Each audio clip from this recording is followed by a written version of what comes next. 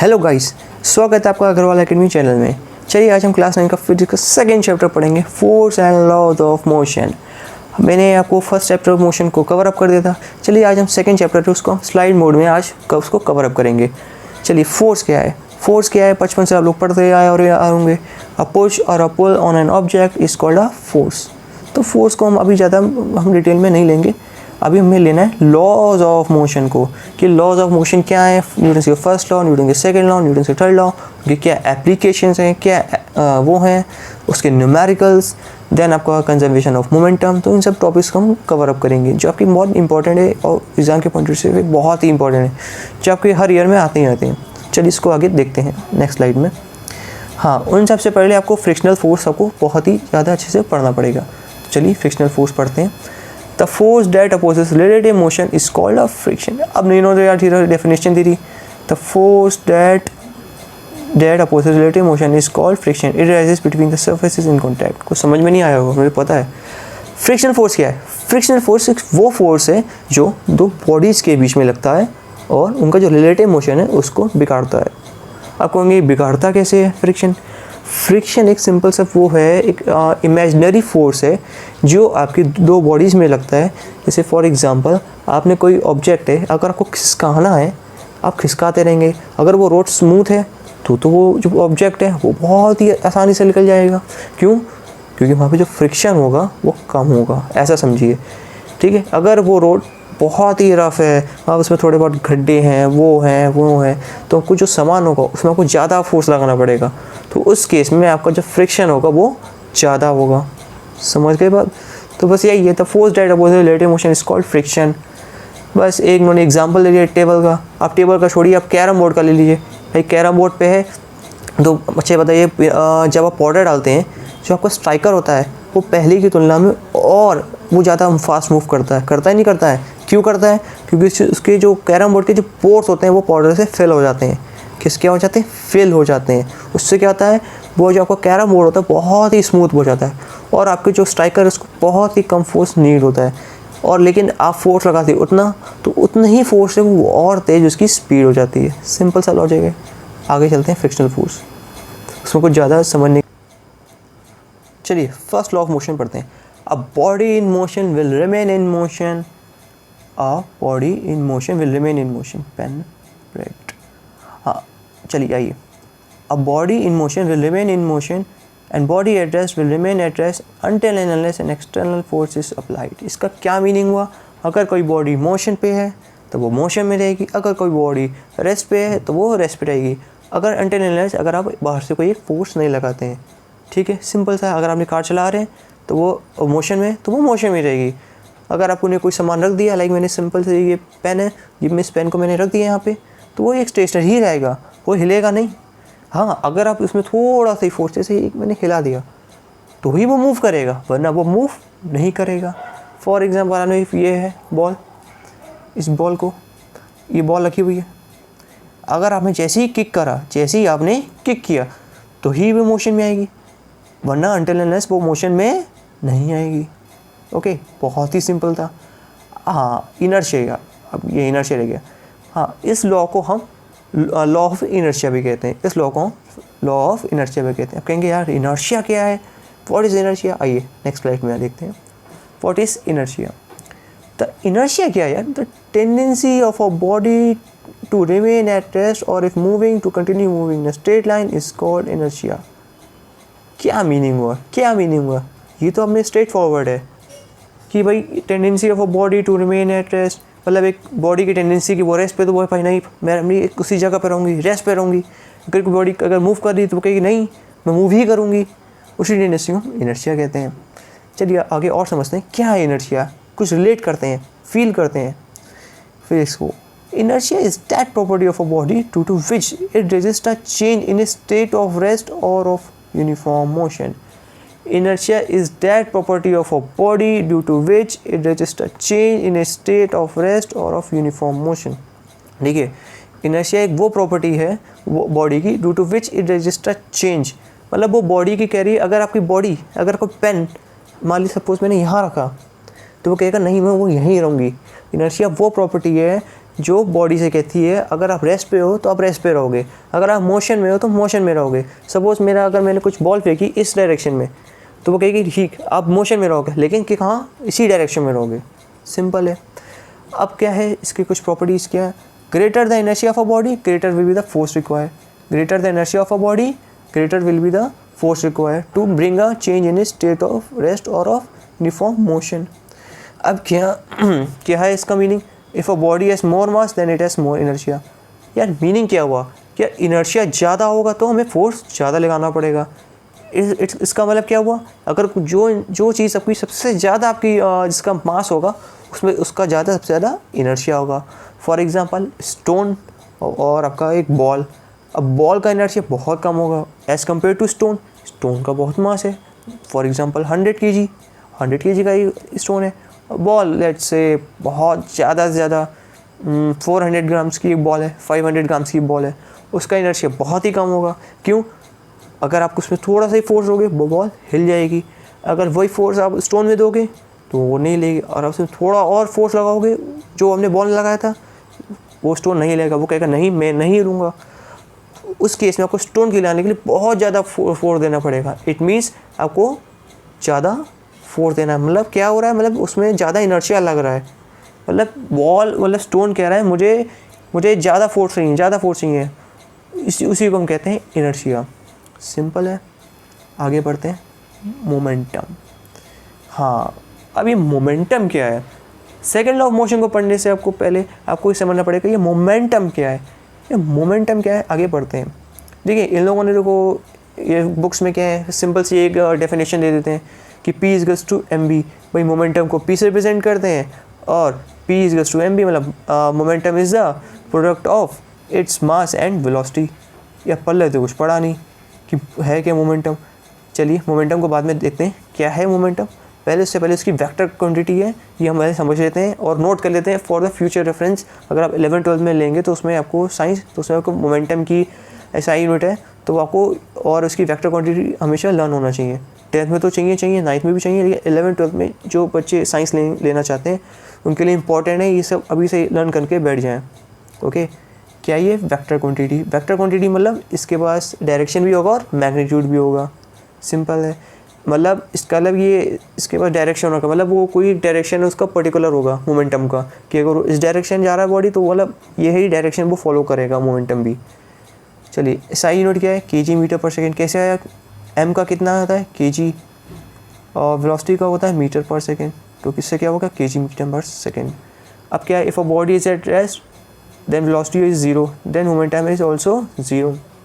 अगर कोई body rest पे है तो उसकी वेलोसिटी क्या होगी? 0। तो यहाँ हम v की वैल्यू 0 रखेंगे तो क्या आएगा? p भी 0 आएगा p भी 0 आपका। बहुत ही ईजी है। अगर हम यहीं भी हम इसका जो इसका मास है अगर वो बढ़ा देंगे, अगर इसका मास बढ़ा देंगे तो क्या हमारा p बढ़ेगा? बिल्कुल बढ़ेगा। इसका मतलब क्या हुआ? जितना ज़्यादा आपके पास मास होगा उतना ज़्यादा आपके पास मोमेंटम होगा, उतना ज़्यादा आपके पास मोमेंटम होगा। अगर हम जितनी ज़्यादा इसकी वेलोसिटी बढ़ा देंगे उतना ज़्यादा आपके पास उस चीज़ का, इस ऑब्जेक्ट का क्या होगा? मोमेंटम होगा। लेकिन अभी तक फीलिंग नहीं आई कि मोमेंटम है क्या। चलिए आइए पढ़ते हैं आगे, मोमेंटम है क्या। हाँ, a karate player can break a pile of tiles or a slab of ice with a single blow of his hands. इसका क्या मीनिंग हुआ कि कराटे प्लेयर है भैया, वो सीधा तोड़ देता। जैसे ये है कराटे प्लेयर, वो अपने एक ही शॉट से यार वो तोड़ लेता है स्लैब। यार हम लोग क्या है, नॉर्मल से ट्राई मत करना, हम लोग हैं यार तोड़ ही नहीं पाते, उल्टा हाथ टूट जाता है। ऐसे क्या है? ऐसा कुछ नहीं, ये क्या है? साइंस है। क्या है? साइंस। चलिए पढ़ते हैं इसी को, लेकिन इसको पढ़ने के बाद कभी घर में ट्राई मजबूर मत करना, क्योंकि वो लोग थोड़े प्रैक्टिस कर रहे होते हैं और हम लोग नॉर्मल से हैं। ठीक है। Because a karate player strikes a pile of tiles or a slab of ice with his hand. Very important है, एग्जाम के पॉइंट ऑफ व्यू से बहुत आता है। Because the karate player strikes a pile of tiles or slab of his ice with his hand very very fast. वो क्या है, जो पाइल ऑफ टाइल है वो उसको बहुत ही फास्ट मारता है, कि उससे क्या होता है? फास्ट मारता है, उससे क्या होगा? वेलोसिटी बढ़ जाएगी। वेलोसिटी बढ़ेगी तो क्या होगा? पहले मैंने बताया था P इक्वल्स टू क्या है? mb। क्या है? P equals to mb। P equals to m v है। अगर हम वेलोसिटी है, अगर हम वेलोसिटी को बढ़ा देंगे, अगर हम वेलोसिटी को बढ़ा देंगे तो क्या होगा, हमारा मोमेंटम इंक्रीज़ हो जाएगा। क्या होगा, हमारा मोमेंटम इंक्रीज़ हो जाएगा। अगर हमारा मोमेंटम होगा लेकिन इंक्रीज़ हो रहा है तो क्या होगा, हमारा कॉइल टूट जाएगा नहीं, बट हमारे हाथ में भी चोट लग जाएगी। तो उस केस को क्या करें, चलिए ये बात तो समझ में आ गई भैया, अगर वेलोसिटी अगर बहुत तेज़ मारेंगे भाई मोमेंटम तो बढ़ जाएगा, मोमेंटम बढ़ेगा तो भैया फोर्स बहुत तेज़ लगेगा और ये वो टूट जाएगा। हाँ, ये वो बात सही है। But so the large momentum of the fast moving hand is reduce to a zero in a very short period of time. But जब वो ये पायल रखी हुई है बहुत ही फास्ट मारते हैं, पर वो जैसे ही इसके पास में आते हैं, जैसे फॉर एग्जांपल ये मैं मार रहा हूँ, मैं क्या हूँ, कराटे प्लेयर हूँ, तो हाथ रखा और मैं इसको तुरंत ऐसे मार रहा हूँ, जैसे ही मैं यहाँ इसके पास में आऊँगा तो वैसे ही मैं यहाँ बिल्कुल से स्टॉप हो जाऊँगा, बिल्कुल स्टॉप हो जाऊँगा, इसके पीक पे आ जाके स्टॉप हो जाऊँगा और इसको बस जस्ट टच करूँगा। उस टच से बहुत एक लार्ज फोर्स होगा, उसी से हमारा वो टूट जाएगा। यही है हमारा मोमेंटम। अब मोमेंटम, अब थोड़ा फीलिंग आ रही होगी मोमेंटम क्या है। चलिए नेक्स्ट एग्जांपल पे आते हैं। नहीं एग्जांपल, चलिए मैं ऐसे बता देता हूँ। लाइक हमने क्रिकेट में सुना होगा क्रिकेट बॉल वाला, बहुत ही एक बहुत बड़ा एग्जांपल है यार। एक क्रिकेट बॉल है, ठीक है, बैट्समैन ने क्या करा, बॉल को हिट कर दिया, ठीक, बाउंड्री पे है कोई फील्डर, ठीक है। अब बाउंड्री फील्डर क्या है, वो कैच लेने का आ गया। बट क्या है, अगर वो उसी बॉल को डायरेक्टली ऐसे पकड़ लेगा क्या होगा, उसके हाथ में चोट लग जाएगी, क्योंकि बॉल है बहुत ही स्पीड से आ रही है। अगर वो स्पीड से आ रही है तो उसका मोमेंटम बढ़ जाएगा, अगर उसका मोमेंटम बढ़ जाएगा तो उसका फोर्स बढ़ जाएगा, अगर फोर्स बढ़ेगा तो आपके हाथ में ज़रूर चोट लगने वाली है। तो वही तो ऐसे तो फील्डिंग कैसे करें। तो वहाँ के वही ज्ञानी बाबा ने एक मेथड निकाला, क्या कि भैया जैसी बॉल आएगी हम क्या करेंगे, बॉल को अपने हाथ में लेके उसी जिस डायरेक्शन में जा रहे हैं उसी डायरेक्शन में जाते जाते उसको हाथ को थोड़ा पीछे ले लेंगे। इससे पता है क्या होता है, इससे ये होता है कि हम जो बॉल है, बॉल को पकड़ने में ज़्यादा टाइम लगाते हैं, और बॉल को जब पकड़ने में ज़्यादा टाइम लगाएंगे उससे हमारा मोमेंटम है वो थोड़ा सा कम होगा, फोर्स उतना ही रहेगा, मोमेंटम हमारा थोड़ा सा कम होएगा और हमारी चोट नहीं लगेगी। बहुत बड़ी एग्जाम्पल आता है, आगे बढ़ते हैं। अब है second law of motion. Second law of motion क्या है, सिंपल सा है, the rate of change of momentum of an object is directly proportional to the force applied. ठीक है, f is directly proportional to change in momentum. ठीक है, rate of change in, अब rate क्या है, देखो चेंज इन मोमेंटम क्या होता है, चेंज इन मोमेंटम मतलब मोमेंटम में चेंज, मोमेंटम का फॉर्मूला क्या है, एम वी, मोमेंटम का फॉर्मूला क्या है, एम वी। तो चेंज इन है, तो चेंज इन के लिए क्या करेंगे, m v minus m u. ठीक है, m v minus m u. अब क्या है, रेट है, तो रेट के लिए क्या करेंगे, अपॉन टी। सिंपल सा है, किसके डायरेक्टली प्रोपोर्शनल है, एफ के। ठीक है, अब क्या है, m v minus m u upon T.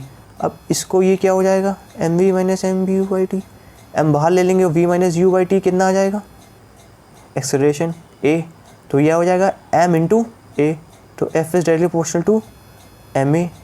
Okay, जब हम प्रोपोर्शनलिटी साइन हटाते हैं फिजिक्स में, तो उस केस में पता है क्या होता है, जब हम प्रोपोर्शनलिटी साइन हटाते हैं तो उसकी जगह एक कांस्टेंट के आता है, या मतलब कि के मतलब एक तरीके से समझिए, जब भी हम प्रोपोर्शनलिटी साइन हटाएंगे तो उस केस में कोई भी मतलब नंबर आ सकता है। अब नंबर तो हमको पता नहीं, तो इसलिए हम एक कांस्टेंट मान लेते हैं के।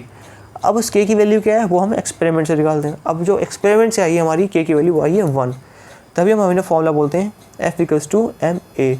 चलिए अच्छे से देखते हैं, f equals to m a for 1 unit of force is on 1 kg of mass with the acceleration of 1 metre second square, the value of k is k equals to 1, therefore f equals to m a. Simple है भाई, पहले क्या करा, f is directly proportional to m v minus m u by T. भाई force is directly proportional to the rate of change of momentum. अब rate है तो upon T कर देंगे, और चेंज इन मोमेंटम है तो m v minus m u, तो m v minus m u upon t. यहाँ से एम कॉमन लेंगे तो क्या बचेगा, एम कॉमन लेंगे तो क्या बचेगा, v minus u by t. अब v minus u by t क्या होगा, ए, क्या होगा, ए होगा ए। अगर v minus u by t अगर ए होगा तो उसकी जगह हम एम ए कर देंगे, बिल्कुल कर देंगे, f is proportional to m a. अब f is proportional to m a के बाद क्या करेंगे, प्रोपोर्शनलिटी साइन हटा देंगे, प्रोपोर्शनलिटी साइन हटाने के बाद क्या आएगा, हमारा एक कांस्टेंट, के। अब के की वैल्यू है क्या है 1, ये हमारी एक्सपेरिमेंट से निकली है, ठीक है। एक्सपेरिमेंट चला साइंटिस्ट करते हैं, आप तो करेंगे नहीं। चलिए आगे बढ़ते हैं। अब इसकी एप्लीकेशंस क्या है। सेकेंड लॉ मोशन, मोशन ने कहा भैया force is directly proportional to change in the rate of momentum, ये सब बता दिया उसने, लेकिन इसका फ़ायदा क्या है, इसका यूजेस क्या है हमारी डेली लाइफ में। चलिए वो पढ़ते हैं। Okay, kicking a ball, when we kick a ball we exert a force in a specific direction which is the direction in which it will travel. In addition, the stronger the ball is kicked, the stronger the force we put in, further it will travel. क्या meaning हुआ इसका, क्या meaning हुआ कि भाई जब हम ball को किक करते हैं तो उस पर और उस पर स्पेसिफिक डायरेक्शन भेजते हैं, तो हम एक एग्जर्ट फोर्स को एग्जर्ट करते हैं तब वो उसी डायरेक्शन में जाएगी, ठीक है। अगर हम किक को ज़्यादा स्ट्रॉन्ग करेंगे तो वो ज़्यादा फोर्स हो जाएगी और वो ज़्यादा दूर जाएगी। और सिंपल सा है भाई, जितनी ज़्यादा ताकत आप लगाओगे किसी चीज़ किसी ऑब्जेक्ट पे, मतलब मेरा कहने वाला फोर्स लगाओगे, तो फोर्स ज़्यादा लगाओगे उस ऑब्जेक्ट पे तो वो ज़्यादा दूर जाएगा और ज़्यादा ट्रेवल करेगा। सिंपल सा है। अब कार्ट का आ गया भाई, अगर एक खाली कार्ट है मतलब खाली बैलगाड़ी और एक भरी हुई, तो किस में ज़्यादा मतलब फोर्स लगेगा भाई, ऑब्वियस सी बात है भाई भरी में लगेगा, सिंपल सी बात है। चलिए 2 people वॉकिंग, ये भी हटाइए। हाँ, जो मैंने अभी आपको बताया था ऊपर कि why does a cricketer lower his hand while catching a cricket ball, because in this way he increases the time of catch to reduce the momentum of the ball to 0 as force. मैं आपको already बता चुका हूँ, ये पूरा reason है, exact आप लिख दीजिएगा, ऊपर मैं एक्सप्लेन कर चुका हूँ, ठीक है। चलिए पढ़ते हैं आगे, स्लाइड बढ़ाते हैं आगे। थर्ड लॉ ऑफ मोशन, चलिए थर्ड लॉ ऑफ मोशन आ गया। अब थर्ड लॉ ऑफ मोशन क्या है, कि Newton's third law of motion states that every action has an equal and opposite reaction. Equal and opposite reaction कैसे नहीं है, हर एक चीज़ का एक्शन और रिएक्शन होता है। अगर आप किसी को थप्पड़ मारोगे तो वो भी आपको थप्पड़ मारेगा चलिए तो मजाक वाली बात थी। अब क्या है इक्वल एक्शन एंड रिएक्शन, चलिए आगे देखते हैं। देखिए न्यूटन्स का जो न्यूटन क्या था, हमें पेड़ के नीचे बैठा था, उसने वो 3 लॉ बैठ के बनाए, न्यूटन्स के फर्स्ट लॉ, न्यूटन्स के सेकंड लॉ, न्यूटन्स के third law. First law second law में समझ में आ गया। और थर्ड लॉ क्या है, एक्शन रिएक्शन, इसको बहुत इसी नाम से बुलाया जाता है, एक्शन एंड रिएक्शन। अभी एक्शन रिएक्शन क्या है आगे देखते हैं, क्या है ये एक्शन रिएक्शन, आगे पल्ले नहीं पड़ा है। चलिए एग्जाम्पल समझते हैं क्या है। Consider a swimmer pushing off from the side of a pool illustrated below.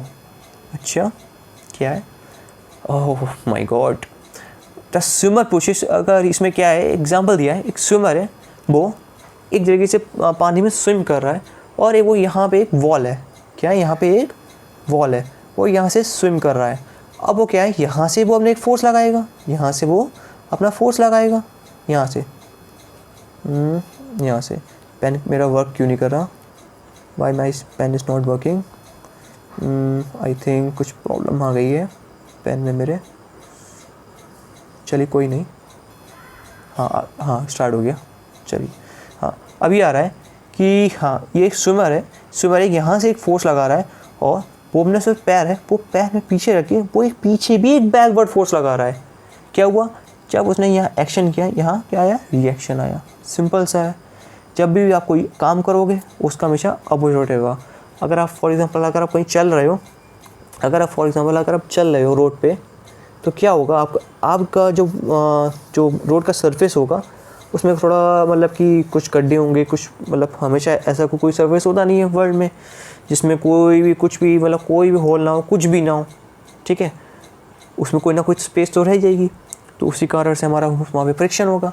जब भी आप वहाँ पे कुछ स्टेप लोगे, स्टेप लेने से क्या होगा, आपको जो क्या करोगे, आप फोर्स करोगे आप आगे की तरफ, किसी तरफ करोगे, नो आप करोगे पीछे की तरफ। आप पैर रखते हो पीछे जाने के लिए, किसके रखते हो, पीछे जाने के लिए, पर जो फ्रिक्शन है वो वही आपको आगे फेस है। मतलब क्या इससे समझ में आ रहा है, अगर फ्रिक्शन नहीं होता तो हम लोग चल भी नहीं पाते। मतलब आप पैर करते हो पीछे के लिए, पर जो फ्रिक्शन होता है वो भेजता है आपको आगे की तरफ। चलिए फिगर से समझते हैं। आगे फिगर, जैसे ये मैं कह रहा था, जैसे हमने क्या करा पीछे के लिए, हमें कहाँ जाना है, पीछे, हमने एक्शन किया पीछे के लिए। देखिए एरो बना हुआ है, हमें जाना है पीछे के लिए, तो ये पीछे के लिए इसमें दिखाया गया है। बट जो आपका फ्रिक्शन होता है वो क्या करता है, आपको आगे भेज देता है। क्या करता है वो, आपको आगे भेज देता है। सिंपल है। गन का भी ये केस आ गया भैया। गन में क्या है, गन में क्या है, सीधा मैं कभी असली गन तो नहीं कह रहा हूँ, नॉर्मल गन कह रहा हूँ, पटाखों वाली जो आती है नॉर्मल सी, उसमें क्या है, चलाई आपने उसमें, बट इसमें जो फोर्स लगता है, जैसे आपने गन चलाई उसमें क्या हुआ, जैसे आपने बुलेट निकली तो क्या होता है, थोड़ा सा वो पीछे हो जाती है। क्या हो जाती है, पीछे हो जाती है। उसी को कहते हैं एक्शन रिएक्शन। आपने बुलेट छोड़ी, वहाँ से थोड़ी गन पीछे हो गई, और क्या होगा, एक्शन और रिएक्शन। कोई भी काम करते हैं उसका हमेशा एक्शन और रिएक्शन होगा। बहुत ही सिंपल एग्जांपल क्या है, ऊपर से आपने बॉल छोड़ दी, या ऊपर आपने बॉल फेंकी, आपने बॉल नीचे आ गई, मतलब क्या करा आपने एक्शन, ऊपर बॉल फेंकी, वो अपने आप आके नीचे आके आ गई, अपनी बॉल नीचे आई और थप्पा खा गई। इसका मतलब क्या होगा, वो उसने रिएक्ट कर दिया, ऊपर गई नीचे आ गई, एक्शन रिएक्शन। सिंपल है। चलिए आज के लिए इतना ही बहुत है। चलिए आज हमने क्या पढ़ा, इसको रिकैप करते हैं पहले। हाँ, पहले हमने पढ़ा फ्रिक्शनल फोर्स। फ्रिक्शनल फोर्स क्या होता है, वो दो मतलब कि दो बॉडीज़ के बीच का एक रिलेटिव मोशन होता है। इसके बाद हमने पढ़ा न्यूटन्स का first law of motion. First law of motion में क्या है, a body at rest will remain at rest and body eight motion will remain in motion until unless an external force is applied. मतलब अगर कोई body rest पे तो वो rest पे रहेगी, अगर कोई बॉडी मोशन में तो मोशन भी रहेगी, जब तक हम बाहर से कोई एक फोर्स नहीं लगा देते। ठीक है। उसके बाद हमने पढ़ा कि भैया उसी लॉ को हम इनर्शिया भी बोलते हैं, लॉ ऑफ इनर्शिया। फिर समझा कि इनर्शिया क्या होता है। ठीक है। इनर्शिया के बाद हमारे सेकंड लॉ ऑफ मोशन पे, सेकंड लॉ ऑफ मोशन में हमने पढ़ा, फिर उसके बाद मोमेंटम पढ़ा, फिर थर्ड लॉ ऑफ मोशन पढ़ा। ठीक है। अब नेक्स्ट क्लास में पढ़ेंगे law of conservation of momentum. तब तक के लिए बाय।